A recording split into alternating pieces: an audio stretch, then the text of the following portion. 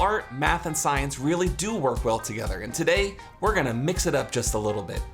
Let's explore density and make some symmetrical art at the same time. First, take vegetable oil and mix in your favorite food color.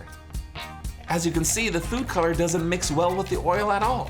That's because they have different densities. Take your dropper and add the mixture to a sheet of paper. Check it out. You can see the little water droplets sitting in the oil on top of the paper. Now it's time to fold your paper. Smush it together and then open it up. That is so cool! You've created a symmetrical piece of science art, which means both sides are exactly the same, or symmetrical. Can you make some symmetrical art at home? And remember, until next time, keep learning full steam ahead.